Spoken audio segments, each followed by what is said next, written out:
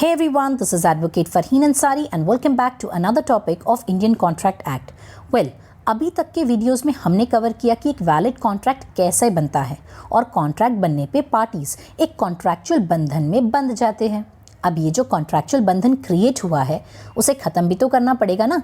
तो आज का हमारा टॉपिक ऑफ वीडियो में we will understand different modes and ways by which contractual relation between parties discharge यानी रिलीज कैसे होते हैं। So the topic of today is modes of discharge of contract. Now बच्चों, the term discharge means termination. अब यहाँ क्या terminate हो रहा है? Well, the contractual relation between the parties. जब कॉन्ट्रैक्ट डिस्चार्ज होता है तब पार्टीज के राइट्स एंड ऑब्लिगेशंस जो उस कॉन्ट्रैक्ट में से निकले थे वो भी ख़त्म हो जाते हैं। और एक बात, अगर कॉन्ट्रैक्ट डिस्चार्ज हुआ यानी अब कोई पार्टी किसी पार्टी के बंधन यानी ऑब्लिगेशंस में नहीं है। अब सवाल यह है कि कॉन्ट्रैक्ट डिस्चार्ज किन वेज से किया जा सकता है। अब बच्चों, देयर आर टोटल 6 वेज जिससे कि आप कॉन्ट्रैक्ट को डिस्चार्ज यानी टर्मिनेट कर सकते हो। Let's understand one by one with proper examples. अब पहला तरीका है बाय परफॉर्मेंस। जैसे मान लो ए ने बी के साथ कॉन्ट्रैक्ट एंटर किया कि मैं तुझे अपनी कार बेचूंगा और बदले में बी उसे उस कार का पैसा देगा। अब ए ने कार डिलीवर कर दी, बी ने पेमेंट ए को कर दी। दोनों पार्टीज ने अपना अपना part of performance under the contract पूरा कर लिया। अब यहाँ कॉन्ट्रैक्ट के सारे ऑब्लिगेशंस फुलफिल हो जाने पे कॉन्ट्रैक्ट अपने आप हो गया discharge by performance. Then the second way to discharge a contract is by mutual agreement. जैसे मान लो मैंने आपको अपना घर रेंट पे दिया फॉर 11 मंथ्स, जिसके बदले में you are paying me rent of ₹10,000। अब ये हमने कॉन्ट्रैक्ट के जरिए एंटर कर लिया। अब यहाँ आप और मैं एक कॉन्ट्रैक्चुअल रिलेशन में बंध चुके हैं। अब मान लो आफ्टर फ्यू मंथ्स हमारे बीच कुछ अनबन हो जाती है। अब आपको भी मेरे घर में टेनेंट बनकर नहीं रहना है और मुझे भी आपको मेरा घर रेंट नहीं करना है। तो यहाँ दोनों पार्टीज म्यूचुअली मिलकर कॉन्ट्रैक्ट को डिस्चार्ज यानी टर्मिनेट करेंगे, जिस वजह से आप और मेरे rights and obligations under the contract सारे के सारे खत्म हो जाएंगे। This is called discharge by way of mutual agreement. उसी तरह पार्टीज म्यूचुअली कॉन्ट्रैक्ट को सब्सटीट्यूट, रिस्किंड यानी कैंसिल, ऑल्टर यानी चेंज या रेमिट यानी डिलीवर भी कर सकती है। Then the next is impossibility of performance. अब अगर जिस कंडीशन पे कॉन्ट्रैक्ट एंटर हुआ है वो कंडीशन ही इम्पॉसिबल हो गई है टू परफॉर्म, तो bye virtue of law contract हो जाएगा डिस्चार्ज। अब बच्चों, इम्पॉसिबिलिटी 2 टाइम पे अराइज हो सकती है। नंबर 1, अग्रीमेंट एंटर करते वक्त, which means the parties are aware of the impossibility, still they are agreeing into an agreement. जैसे ए ने बी के साथ एक अग्रीमेंट एंटर किया that A will pay B some consideration if B discovers Kuber का खजाना। अब आज के ज़माने में आपको कहाँ कुबेर का खजाना मिलेगा? इट इज़ इम्पॉसिबल, और ये impossibility is known to both the parties at the time of signing. ऐसे कॉन्ट्रैक्ट को लॉ वॉइड एब इनिशियो यानी रॉन्ग फ्रॉम द बिगनिंग कहता है। Then the second impossibility is such that जो agreement के वक्त तो नहीं थी लेकिन बाद में हो गई। जैसे ए ने बी के साथ कॉन्ट्रैक्ट किया कि that I will marry B. तब ए पूरे होशो और आवाज़ में था, लेकिन कुछ दिन बाद ए अनसाउंड माइंड हो गया। अब ए का ये कॉन्ट्रैक्ट परफॉर्म करना is not possible at all. So अब ये कॉन्ट्रैक्ट बन गया impossible and void and the liabilities of the parties under the contract gets discharged. अब बच्चों, इसके अलावा इम्पॉसिबिलिटी के कई और रीज़न भी हो सकते हैं। जैसे अचानक लॉ में कोई चेंजेस आ गया। जैसे मान लो कल तक गोल्ड परचेस करना वॉज लीगल इन इंडिया, लेकिन अब सरकार ने एक नया कानून ले आया कि गोल्ड को परचेस करना या सेल करना इंडिया में is illegal.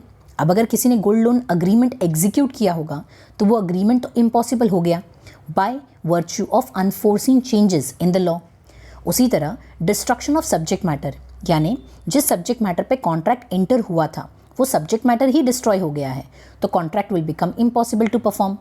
Example, if I promise to sell you my brown horse at ₹20,000 and you agree to pay me for that, लेकिन अचानक से मेरे वो ब्राउन हॉर्स की नेचुरल डेथ हो गई।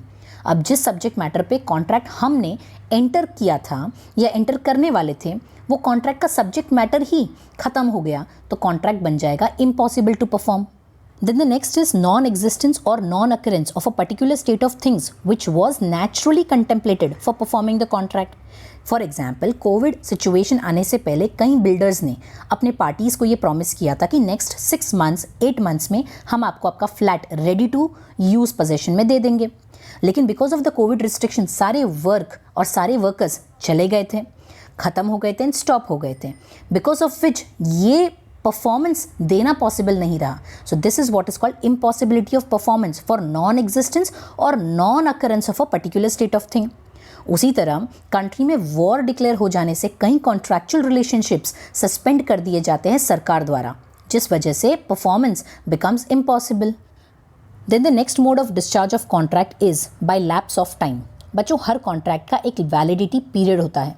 इनफैक्ट कॉन्ट्रैक्ट के नॉन परफॉर्मेंस पे भी you have a limited time period as per law that you can take action against the other party. ये नहीं कि आपके पास ज़िंदगी भर का टाइम है टू एनफोर्स द कॉन्ट्रैक्ट. जैसे मान लो you have given some amount of loan to X person. वो एक्स पर्सन के साथ आपने कॉन्ट्रैक्ट एंटर किया कि मैं तुझे 1 लाख रुपए दे रहा हूँ और वो 1 लाख रुपए तू 6 महीने के बाद मुझे वापस करेगा. अब मान लो he did not repay you within the time limit. अब आपके पास कब तक का टाइम है to file an action against that person? ज़िंदगी भर का? बिल्कुल नहीं. इस केस में the limitation period would be 3 years from the date of default as mandated by law. अगर आप 3 साल के अंदर उस पर्सन के अगेंस्ट में एक्शन लेना चाहो तो कभी भी ले सकते हो, लेकिन 3 साल बाद ये डेट, ये लोन बन जाएगा टाइम बार्ड, यानी the contract has become discharged by lapse of time.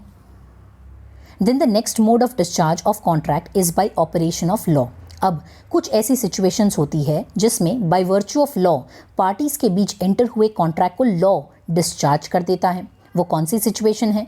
Well, number 1, contracting party में से अगर किसी एक पार्टी की डेथ हो गई और अगर वो कॉन्ट्रैक्ट पर्सनल नेचर का था तो वो कॉन्ट्रैक्ट हो गया डिस्चार्ज. उसी तरह upon merger of companies, upon insolvency of an entity और अ पर्सन, और बाय अनऑथोराइज्ड यानी not approved alterations यानी changes in the agreement will make the party discharge under the contract. And the last mode of discharge of contract is upon breach of contract. यानी अगर किसी party ने contract के terms को break किया यानी fulfil नहीं किया तो ये अदर पार्टी उस कॉन्ट्रैक्ट से डिस्चार्ज यानी रिलीज हो जाती है. अब बच्चों, there are 2 kinds of breach. Number 1, actual breach of contract. अगर किसी पार्टी ने कॉन्ट्रैक्ट तो एंटर कर लिया लेकिन जब एक्चुअल परफॉर्मेंस देने का टाइम आया तो मना कर दिया यानी फुलफिल नहीं किया. इसे कहते हैं एक्चुअल ब्रीच. जैसे मान लो ए ने प्रॉमिस किया बी को कि 1 तारीख को वो बी को 5 bags ऑफ शुगर डिलीवर करेगा. अब 1 तारीख तो आ गई बट ए ने डिलीवर नहीं किया वो sugar bags. This is called actual breach by A. The second type of breach is anticipatory breach, जहाँ पार्टी ने एक्चुअल परफॉर्मेंस के पहले ही रिफ्यूज़ कर दिया कि मैं परफॉर्मेंस नहीं दूंगा. मान लो ए ने बी को प्रॉमिस किया था कि वो अपनी कार 1 मई को बी को सेल करेगा, लेकिन 1 मई के पहले ए ने बी से आके कहा कि देख भाई, मैं तुझे अपनी कार नहीं बेच सकता, बल्कि मुझे एक नया बायर मिल गया है और वो अच्छी डील दे रहा है, मैं अपनी कार उसे बेचूंगा. अब बच्चों, 1 मई आई नहीं है अभी तक, लेकिन उसके पहले ही ए ने मना कर दिया कि वो अपना परफॉर्मेंस नहीं देगा. This is called anticipatory breach by A. तो बच्चों, ये था entire explanation on modes of discharge of contract. Hope you've understood the same effectively, and if you have any doubts pertaining to this, do let me know in the comment section. And for all the notes on Indian Contract Act, do join me on my Telegram group, of which the link is in the description below. Until we meet next time with the next video, thank you everyone. Bye bye.